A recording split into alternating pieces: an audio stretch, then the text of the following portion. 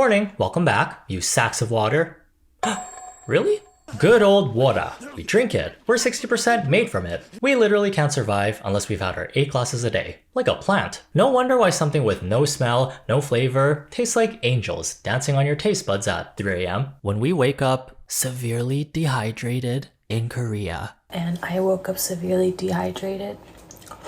But drinking the same thing every single day for 100 years gets a little boring. So we've spiced up the tediousness of staying hydrated with different potions and concoctions of flavors. Fruit juices, Gatorade, pop, and dirty sodas, the Mormon people's alternative to coffee. When the coffee creamer, Diet Coke, and flavored syrups start getting pulled out from the cupboard, you know the entire cast from The Secret Lives of Mormon Wives are about to get lit on a Tuesday afternoon. Cheers, you gotta get yours. Cheers, girls. Maybe that's what we all need though. Energy. Raise your hand if you've forgotten what it's like not feeling constantly tired, no matter how much you sleep. Think it's a sign. We're not meant to work 5 days a week, plus another 2 days from another part-time job. Ever thought about that? Government? Nothing is more stress-inducing than someone telling you, "You're having a hard time, huh?" My advice? Relax. Get your 8 hours every night, avoid things that stress you out, and most important of all, smile.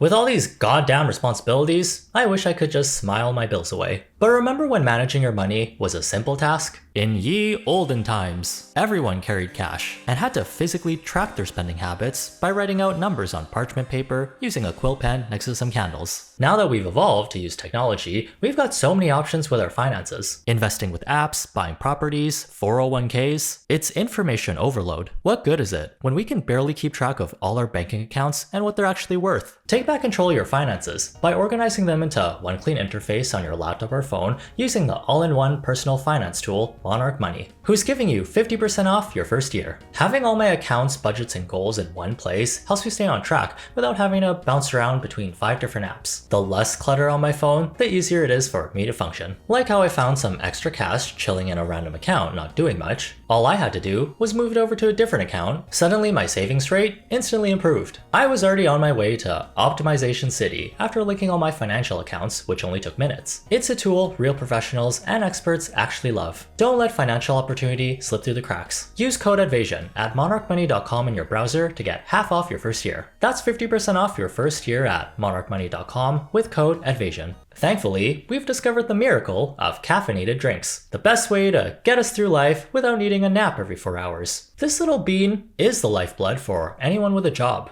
Your typical businessman, waking up at the crack of dawn, putting on their suit and tie, giving their wife a peck on the cheek as they take a single cup of black coffee to go. Not even taking a second to glance at the wacky-ass looking breakfast spread meant for a family of 10? Well, at least the garbage gets to eat something nice. In today's modern time, caffeine consumption is as normal as drinking water, with the way companies advertise caffeinated drinks as regular beverages anyone can have. We are so cooked, when even kids can legally buy 5 cups worth of coffee in a can before catching the bus to grade school. The equivalent of doing a little bump before reading Green Eggs and Ham.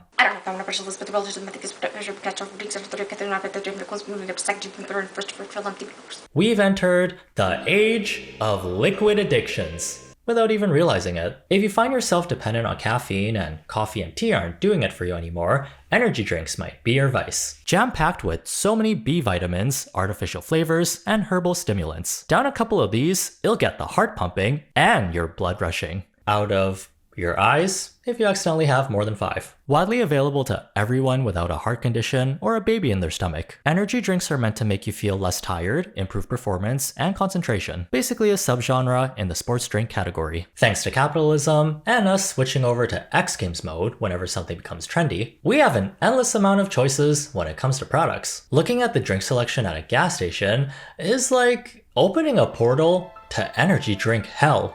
Someone with a graphic design degree and Ed Hardy t-shirts is staying employed indefinitely. It's literally impossible to try every single energy drink out there during a regular person's lifetime. If you are able to, I respect it. Say hello to that hole in the middle of your chest though when your heart explodes.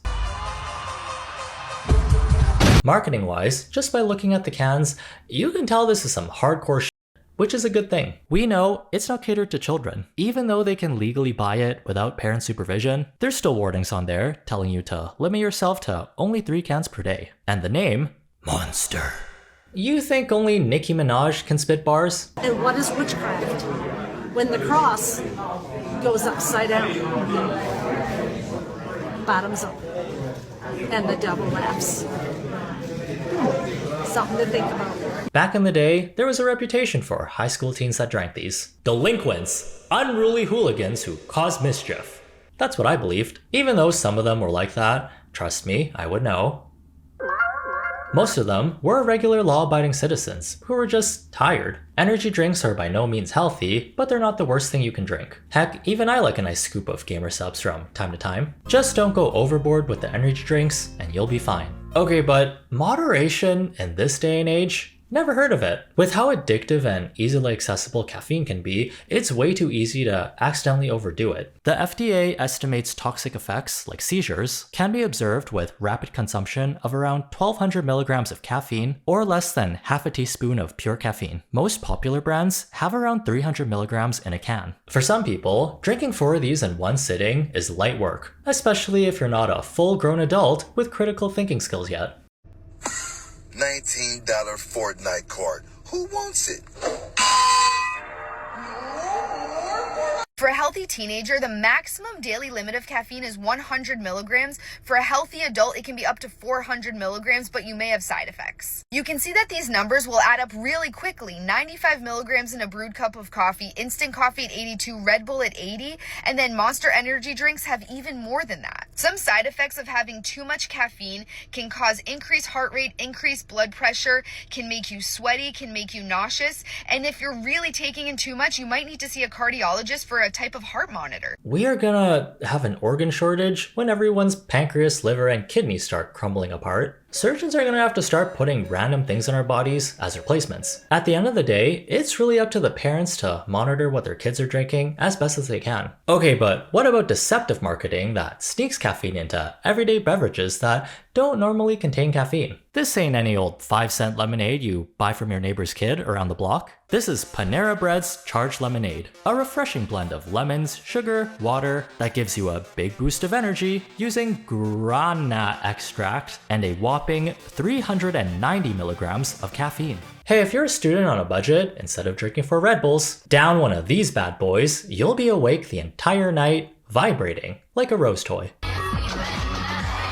Oh, and nowhere did it ever mention this potent level of caffeine anywhere on their website. All we saw was free refills, which means people might have been drinking close to 1,000 milligrams of caffeine without even realizing it. We really only found out when 2 people with health conditions passed away from drinking too much charged lemonade, because they weren't fully aware of the caffeine content. A college student recently died after having a Panera lemonade. How is that even possible? Because this is a charged lemonade with 390 milligrams of caffeine in this large cup.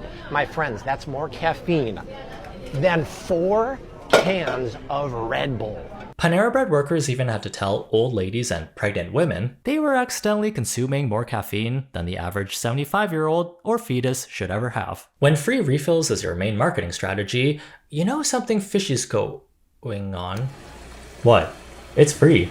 I'm going to London with Tiffany later. As much as we like to think we're above it, we're all susceptible to social media hype to a degree, especially when tons of marketing dollars are making its way into influencer and celebrity pockets who can sell out products with just a quick mention. Younger crowds like Gen Zs are the main demographic these companies like to target. Take Alani, for example, who has this image of a better for you brand. They sell healthy drinks, snacks, and supplements with trendy, fun-looking packaging. These energy drinks look like yummy cans of juice instead of something a trucker would down at a gas station right before his 12-hour shift. Based on looks alone, without reading any of the labels, Alani looks like it would be a healthy beverage, while these look like they're meant to clear out pipe drains. The founder of Alani used to be a fitness influencer who built up a large following online. Her audience trusts her advice, and she knows exactly how the marketing game works. We saw just how unhinged people started to get when Alani released their newest energy drink called Witch's Brew. This drop has the same energy as when a secret rare Labubu gets released. Witch's Brew had limited edition packaging, making it a collectible, very limited stock, making it hard to find, and influencer endorsements, making it go viral on the timeline. The perfect recipe for overconsumption content to thrive. Nobody loves Alani more than me.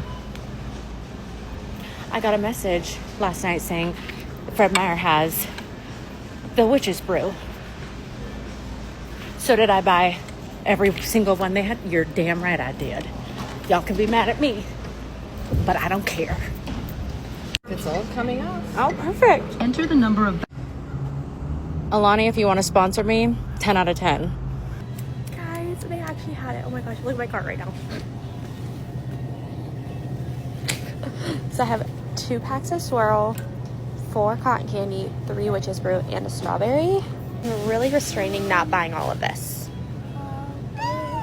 Why get one or several cans to try like a regular person when you can buy a whole entire pallet's worth for yourself? Plumbers are going to be booked and busy when everyone's radioactive pee starts eating through the toilet bowls. FOMO marketing is a real strategy. Anytime a limited item gets restocked, it is mass hysteria at the grocery store. Seeing a brawl or two take place between some overly caffeinated Karens isn't really a surprise anymore. Just saw a fight over some Alani's, this witch's brew, here at our local Walmart. I'm going to show you the only can that survived. This is the only can that survived. Somehow the liquid got out of there. Damn, witches brew crazy. Someone picked up this can, smacked someone in the head with it, put it back on the shelf, and took a different can from behind. Which is exactly what I would do. We're also forgetting the fact this is a caffeinated energy drink. Why are we letting middle schoolers drink enough cans until they can make an Alani door in their room? Wouldn't be too surprising if her bed was actually made out of 4 pallets of witch's brew. And unless they're drinking half a can, which they probably aren't, 1 can of witch's brew is already the limit of what a teen should have in terms of caffeine per day.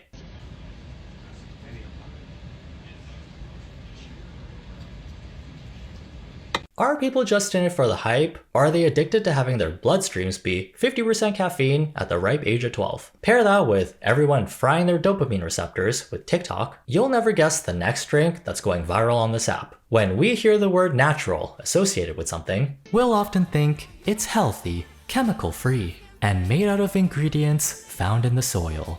Namaste. Even though we've already debunked the fact that natural doesn't always mean good for you, companies are able to slap this buzzword on anything without any repercussions, and people still get misled whenever this label is used. It was the main way to describe this drink called Feel Free, a mood booster in a tiny blue bottle you can find at your local gas station, marketed as a natural alternative to alcohol or energy drinks. This herbal health tonic claims to provide relaxation, productivity, and focus, as it went viral on TikTok after appearing on a wellness podcast.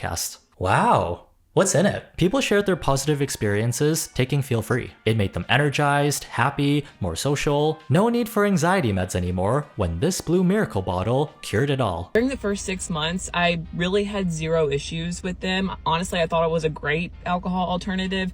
It made me feel more social, more energized, more productive, but I would typically only take them during social events. I could go weeks at a time without having one. That's really cool. So what ingredients does it use? They even had reps at gas stations, handing out free samples you can try as long as you're over the age of 21. Aw, that's so sweet. What the f is in this thing? Feel Free was launched by Botanic Tonics in 2020. It contains kava root, which is touted for its relaxing effects, and kratom, a plant native to Southeast Asia that's known for its stimulant and opioid-like effects. My 99-year-old grandpa just downed one of these. Should I get him to a hospital or is it Jover? What a pleasant surprise. Pop by a gas station to fill up your car, get an opioid addiction on the side for free. This is not the same as being dependent on caffeine. This is a whole other level. As more people started posting about their positive experiences, eventually they would start noticing themselves craving multiple bottles and would drink more than the daily recommended amount of 1 bottle a day. By the way, you're only supposed to have 1 serving at a time, which is half a bottle. At this point, I started taking at least 1 a day, sometimes like 3 to 5 a day. And this is when I started to feel physical withdrawals when I wouldn't take them. So I would honestly like really chalk it up to allergies a lot of the times because I live in Texas. I get really bad allergies, and that's kind of what the physical withdrawals felt like, sort of flu-like symptoms. I would wake up feeling really irritated and feel like I needed to take one. So that is when the addiction started to kind of snowball a little bit more out of control. In the most respectful way possible, a lot of people are dumb and wouldn't think twice about reading the instructions on how to drink a drink. Who'd even think a beverage you can buy at a gas station would give you withdrawal symptoms after you stop drinking it? If you're selling a product that basically changes your brain chemistry and people are getting confused with the serving size, why not make bottles small? kava itself affects your GABA neurotransmitter. That's your anxiety. It is a very calming effect and suppresses it.